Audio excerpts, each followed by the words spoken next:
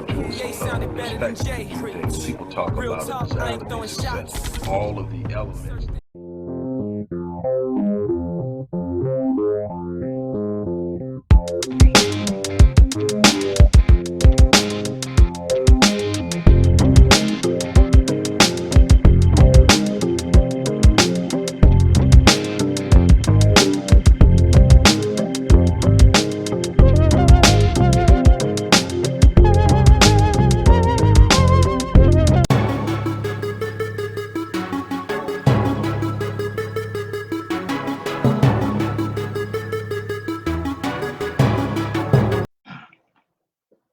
Hello, everybody. Dr. Rick Wallace here, dropping in on you.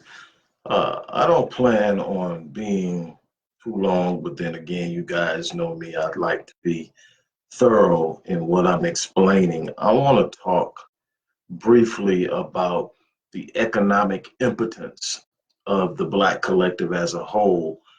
We tend, as a people, to live our lives vicariously through those who are successful. That's why we have such an emotional connection to celebrities and athletes, that when someone does something to them or says something about them, we really get up in our feelings, because we live our lives vicariously through those who have made it through the orifices and cracks of institutional racism. And it is, and it has been for a long time, the practice of those in power to parade the talented 10th, so to speak, those successful Black people in front of the masses, as an explanation and a justification for the holding back of others by saying, if they made it, you should be too.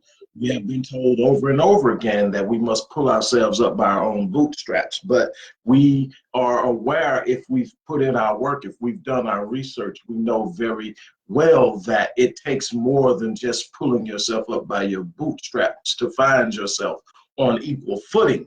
And so we have to approach things like that. But what I want to talk to you about is not so much institutional racism, but the enemy within.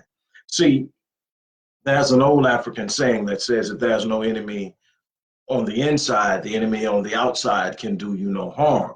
And what that means is that when you prepare yourself, when you look at where your weaknesses are, where you're consistently being attacked, and you decide within yourself you're going to shore up those weaknesses and make them strengths, that you're no longer going to be prodded and moved and manipulated in those areas. You begin to read, you begin to learn. But more importantly, one of the things we've got a lot of now is knowledge, but we don't have a lot of activity. We don't have a lot of proactivity. We don't have a lot of activity and action in the areas of the knowledge we know. We like to regurgitate it. We got plenty of speakers moving around telling us all of these wonderful things about ourselves and the possibilities and the things and the strategies and all of this. But we have no unity. We don't operate. There's this monster on the inside called self-hatred, and self-hatred drives this pulse or this force that says, I would rather buy white than to buy black. And I can find every reason in the book not to support my own. And I haven't been successful in business for a number of years in a number of different ways, understand how businesses flow. And one of the things that is required for business is funding. And the wonderful thing about funding is when people are training you in business and they're saying, okay, you need to get funding, the first thing that everybody else teaches those people in their racial collective about funding is tap into what is known as the hot market or the hot source. And those are your family and friends. You contact your family. People have literally funded businesses, launched those businesses from money given to them by their family.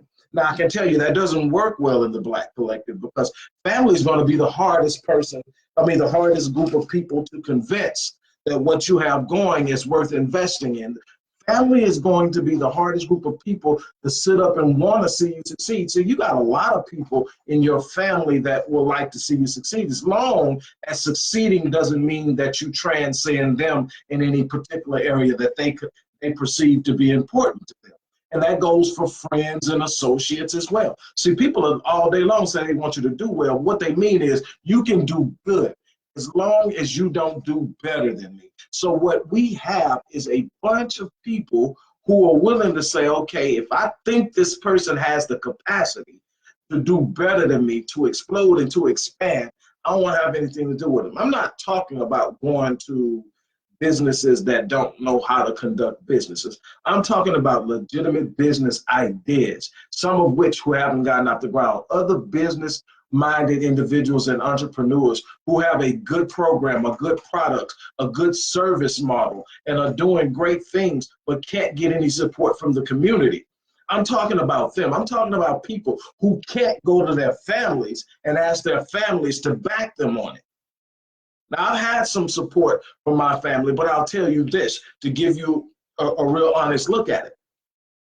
With the support I've got from my family, it's been minimal, and I'll show you how. In one business endeavor, just one, I've done 47 in my lifetime, in one, and that's just writing books. I've written 20. I haven't sold 20 books within my family. I've sold thousands, but I haven't sold 20 within my family. And I can go on and on and on about the different things that I've done in business and have not been able. And the thing is, you know, family wants discounts. Family wants this. And that means you don't understand business. If I am an individual or a small business owner, I don't have the volume to compete with larger businesses to compete on price. So there's a good chance my prices are going to be a little bit higher than the chain store up the street or someone who has better connections. Now, as I get my business going and I grow my business and I develop connections in manufacturing and distribution, if I'm dealing with a hard product. Now, if I'm dealing with services, then I'm looking for ways to leverage and deliver my services in a more efficient manner. And if that's the case, once I do that, once I'm able to tap into technology and afford more functional technology, then I'll be able to deliver my product or my service in a less expensive and more affordable way. But what you got to understand is we're the only group that does not have a hot market.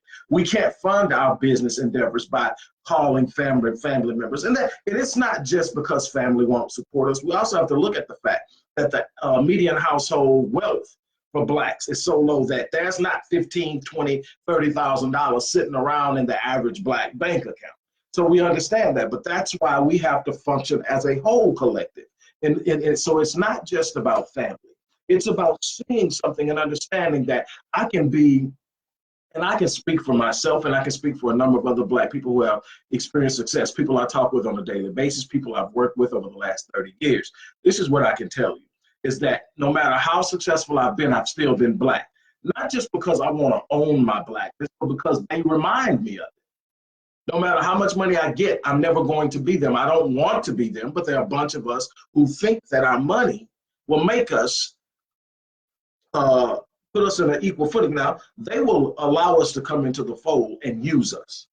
They will parade us around in front of others who don't do well, who are struggling, who are trying to find their footing, who know that they're giving it everything they've got, and they're constantly being told, just go to work, work some more hours, get a second job, do all of this. But it never seems to add up to getting out of a financial crunch. Why? Because that's not the answer.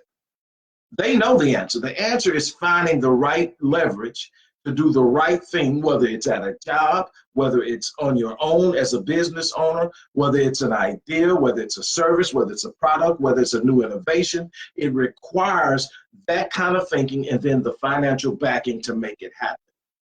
Now, what has happened year after year after year, long before slavery ended and definitely after slavery ended, is that everything we created with our unbelievable creativity, our unbelievable innovative thinking, our unbelievable ideas, they've taken from us. They've taken the patents, they put the patents out on things we've created, they've stolen ideas, and on down the line. And that's because we were not in a position to protect our intellectual property. We were not in a position to fund our ideas. We were not in a position to take an unbelievable business that provides an unbelievable service and scale it. Why? Because the number one funding source is within us, and we don't do that. And that is something that we've really got to change. We really have to do a better job of supporting Black businesses. And, I've heard crazy things when I talk to people about this. I believe that we need to, when we're providing services, and I'm one, when I provide services, what I do for my people in the way of service pricing is different. And people say, well, that's not fair. Everybody does it to us. Everybody looks out for themselves. You go to any other community, Asians look out for Asians. You don't pay the same price for anything you buy from Asians that Asians are paying for it. Trust me. You don't do that in the Jewish community. You're not going to see it in the Hispanic community. You're not going to see it in the Arab community. And you're definitely not going to see it in the white community. The same stores that you're going in paying full price, and I know this because I learned this and was able to put it into play because I spent enough money in certain places. There are places, retail places, you're going into and you're paying full price, that white people are not going in and paying that same price because they're going to go in and they're going to ask and they're going to get a discount on it. And that's what happens and it's happening in every industry, in every market, and it happens across all racial lines. Racial groups support each other. We feel like we got to play fair with everybody. Nobody's playing fair with us. And then we won't back one another. It really, really, really, really bothers me. While I'm thinking about it, there's a link in here called Blueprint. I think I put the blueprint. No, I didn't put the link in there. I'm going to put the link in after, but it's called the Blueprint 1.0. And it's about complete economic empowerment, complete advancement and empowerment of the race and what it takes place on a strategic level. But the one thing that has to happen is before we can move strategically, we've got to be moving in harmony. We've got to be moving in unison. There has to be a unity and a collective power. Our power is in our collectivity. As long as everybody's trying to do this. This business owner's over here doing this. This business owner's over here doing this. This person is trying to start this school. This person is trying to open this daycare. This person, everybody's doing it, but nobody's working together. There's no unity, there's no collectivity, there's no network. There's no collective network on a community, local, state, and national level where everything is intricately connected and everybody is feeding into everybody's business. There's no responsibility on Black business ownership as well. On the flip side of things, when I created the Black Business Owners SSPE, which is an investment group now, when I first created it, the idea was to find Black businesses that would be willing to move at least one location into a Black community. And then to get the Black community to support that business in lieu of supporting an Asian, Arab, or white business in their community that did the same thing. And what I did is when I started talking to these businesses, the first thing I said is there's a requirement that a certain percentage of your profits be put back into the community.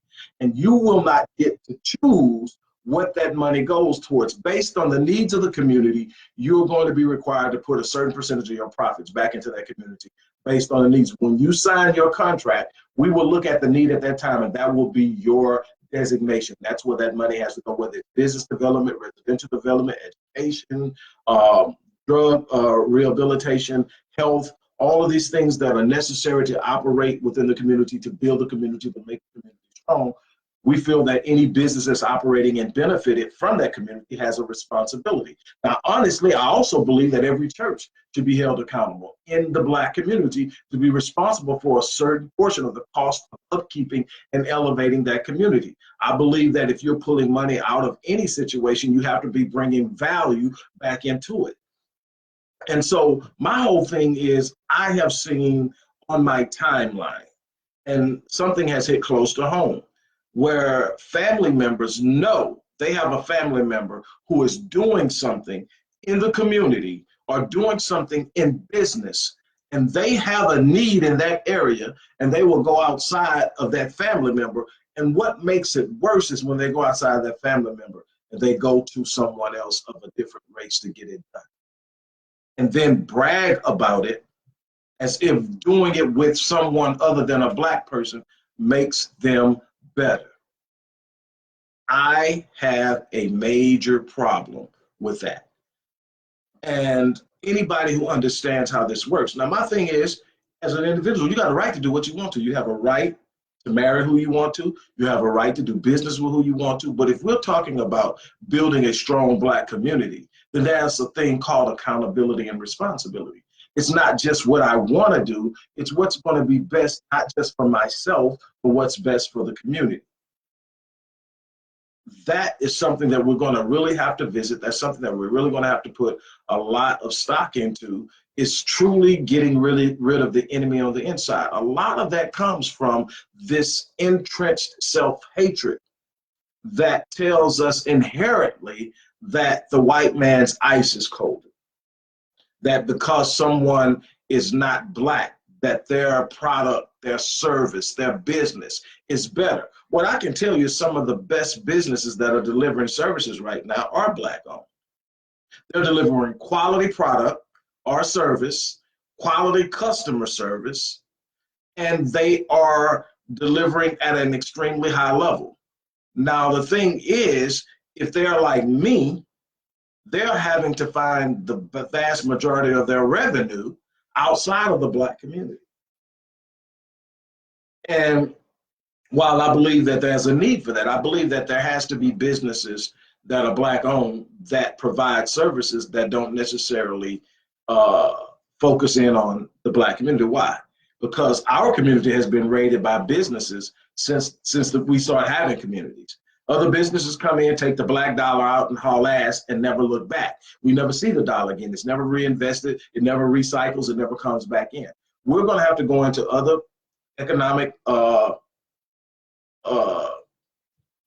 climates, Asian, Arab, white, whatever, and pull out money by providing a reasonable good service to them, something that they are willing to pay for. And if you're good at what you do and you deliver it in a way that nobody else can deliver it, they'll pay for it.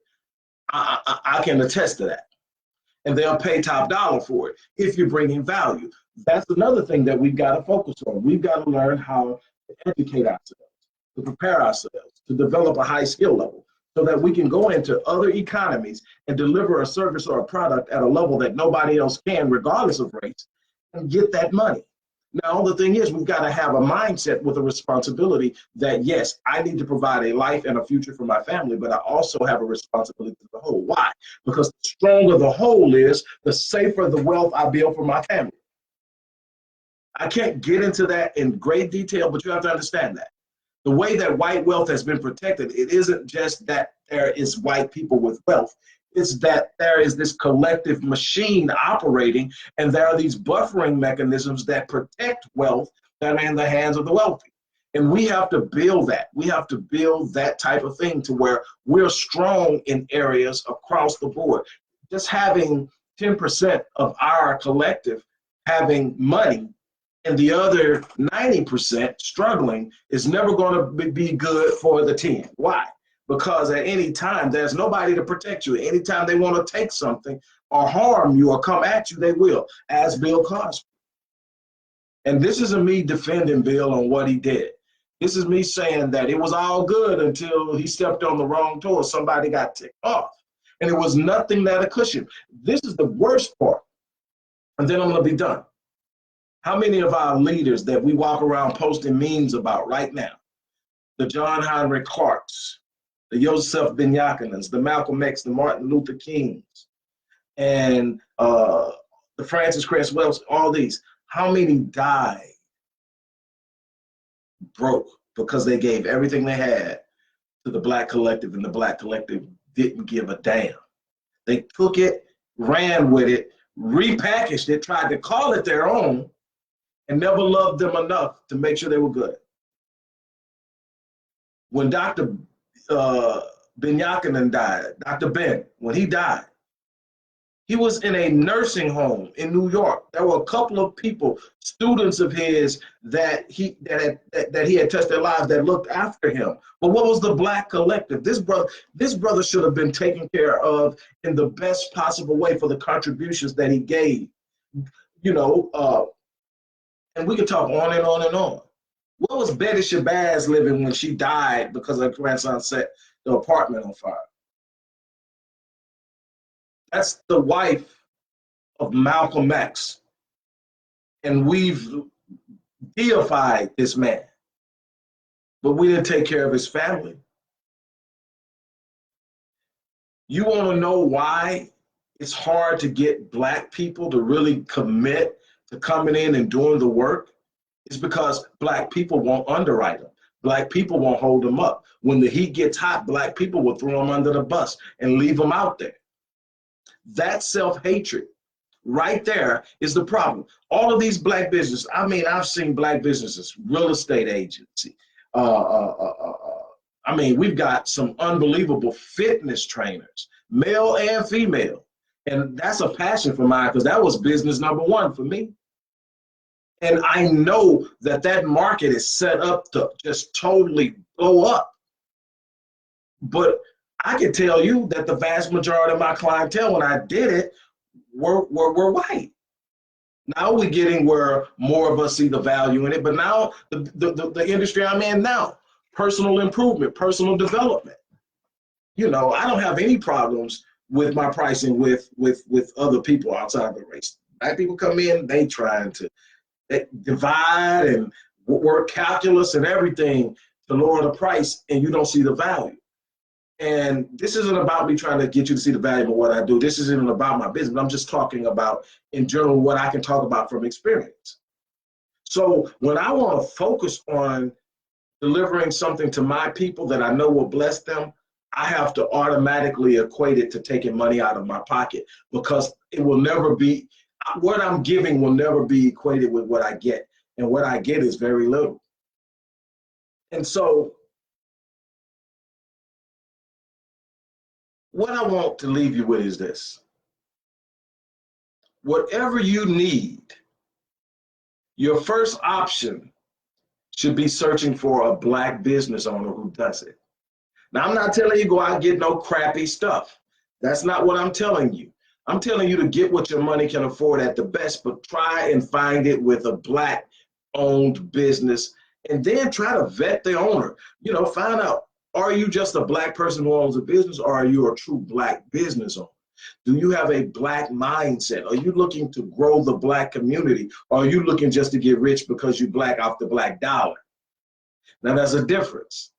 And you need to know that, but you also need to know who's pouring into the community, who's giving their soul in what they do in their business, whether it's a real estate agent, whether it's a physician, whether it's a dentist, whether it's a personal fitness instructor or a nutritionist. No matter what it is, if they're giving their soul, and you can tell it, you can sense it, you can feel it. One of my business partners, Will, his wife, Calvis, is doing some unbelievable stuff in health and in nutrition and in herbs and soaps and all these different things. And she puts her heart and her spirit into it. And you want to support people like that. You know, and my thing is, again, am I aware of the white racist system, the white racial caste system that's in place right now? Am I aware of the institutional mechanisms that have been in place? Yes. I've written books about the Reconstruction area, Black codes, convict leasing, redlining, urban renewal, benign neglect, Jim Crow, mass incarceration, gentrification, miseducation. I've written books on it. I've written numerous articles. I've written scholarly papers on it. So yes, I know it exists. But let me explain something to you. I believe this with all my heart, that where there is no enemy within, the enemy on the outside can do you no harm. They are effective because we have all of these cracks in the way we love on each other, the way we treat each other, the way we stand with each other, the way we work with each other, the way we will. But there's no loyalty in the Black collective. So yes. I'm very aware. I'm very much aware of it. I've dealt with it. I've put in right now anything dealing with the Black collective, all of the issues from the psychopathologies to the trauma to the economic impotence to everything else we've dealt with. I've put in over 80,000 hours of research into understanding it over the course of my life. 80,000 hours. And I'm still researching and still trying to learn. So yes, I understand that there's a racial caste system operating against us on a daily basis. I understand that there's empirical data out there right now that says that people are being disqualified on their application simply by having a name that's being identified as being ethnic. I know that to be true. I've researched that. I've reviewed it, and I looked at it. I know that happens. I know that there are at least 12 police departments in the United States right now in which the head people in that department have been identified as targeting Black people who are not guilty and pinning crimes on them for all types of reasons. Alabama, Florida, Pennsylvania, all of this is happening. I'm aware of it. I'm aware of some of the things that go on in the academic arena. I'm aware of it. I'm aware of what's going on in corporate America.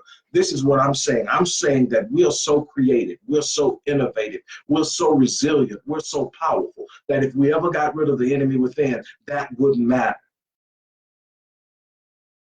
We're our own worst enemy. Am I saying ignore it? Am I saying ignore what's going on in the public school system? Am I saying ignore what's going on in the justice system? No, I'm not saying ignore it. I'm saying put yourself in a better position to combat it, to overcome it, to fight it. You got to have a collective mindset. You can't move against the collective machine on an individual premise. That's why when you get something that happens to your family, you're standing out there alone with a few people with a picket sign because there's no collectivity. That's why when Mike Brown was shot down, we had Black people in the street, but Mike Brown had 500,000 plus in his bank account in less than 3 months. I mean, not Mike Brown, Darren Wilson.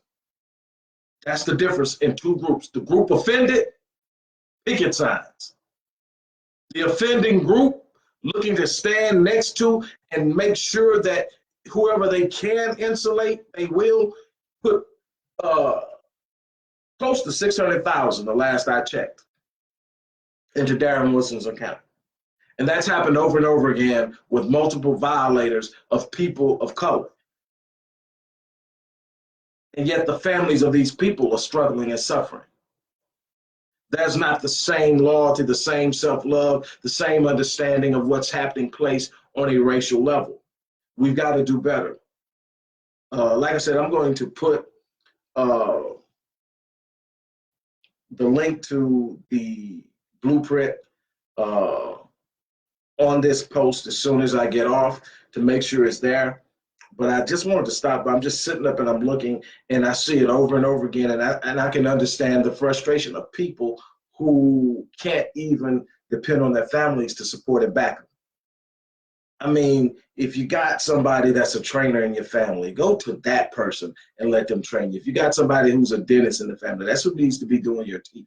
If you got somebody who is a real estate agent, that's who you should be taking your business to. That's who you should be looking when it's time to invest in. You should be talking about investing in real estate, not just where you're going to live, but the things you're going to do in building wealth. You should be talking about it.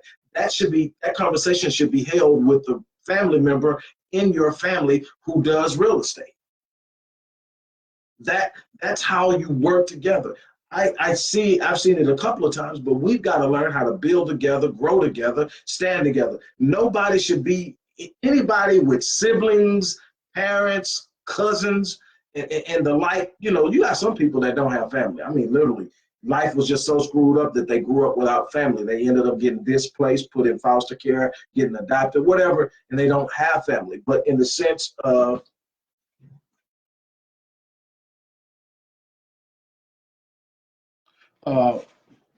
this is the thing is, those of us that have family, we should be working together to build together. I mean, unified, buying property together. And there's a thing you can do called an unincorporated business trust. It's also known as a Massachusetts trust. And it's a way of building a trust, a board of trustees who can work to collect money, to invest money, to hold money, and that money isn't taxed until it's paid out in the form of a dividend to the shareholders or to the contributors. And so look up an unincorporated business trust. I love it because of the way it works. It works much like a corporation, except there's no double tax. If you've ever had a corporation, if you ever run a corporation, you know there's a double tax involved. Well, that doesn't happen with an unincorporated business trust. But you should research it. So families should be building business trusts. Every family should be a business. Every Black family should be a business.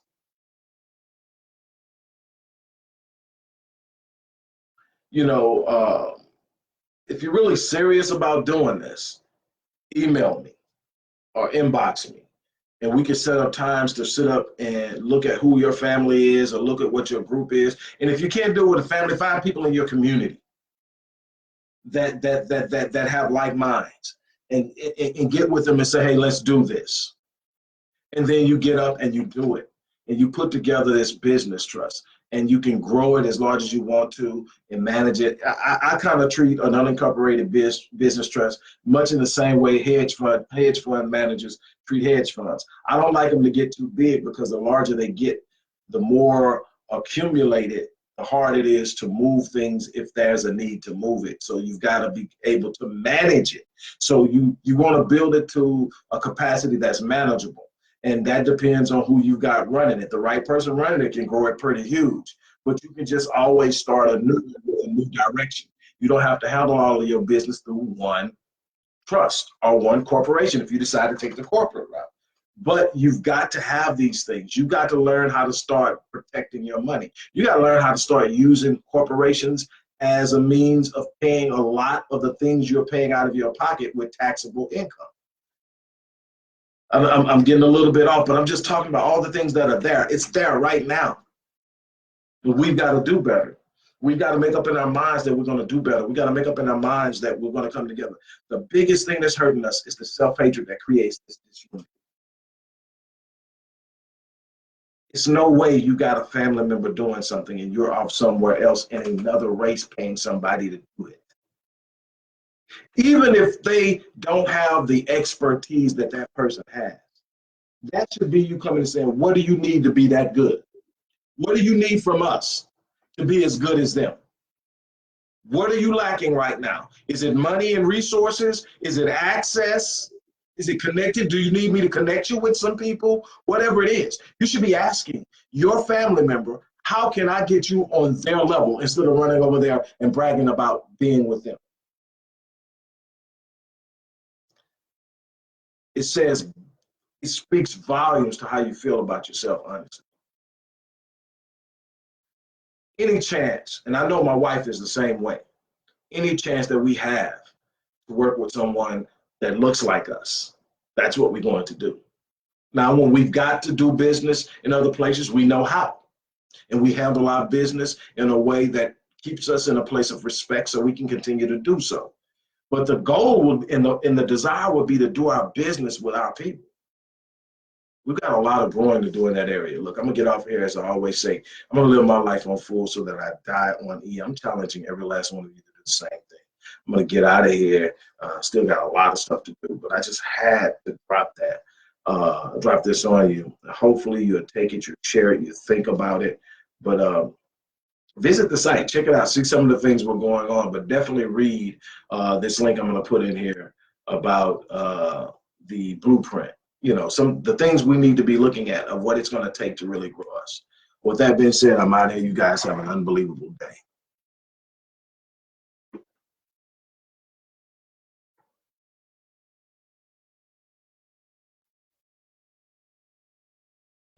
Hello, everybody. Dr. Rick Wallace here, dropping in with a little special announcement. For those who have followed me for any stretch of time, you know, outside of the businesses that I run, like Myriad Business Solutions, the Visionetics Institute, Odyssey Media Group, I also do a great deal of work inside of the inner city communities in Houston, Dallas, and other areas.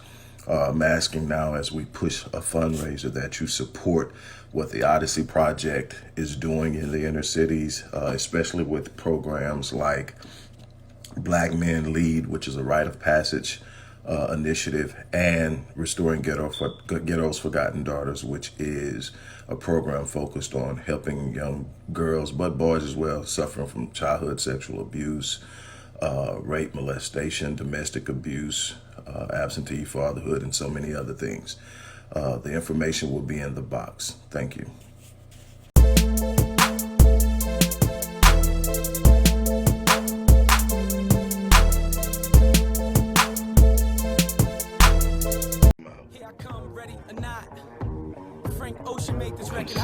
From a conceptual perspective, people talk about a desire to be successful.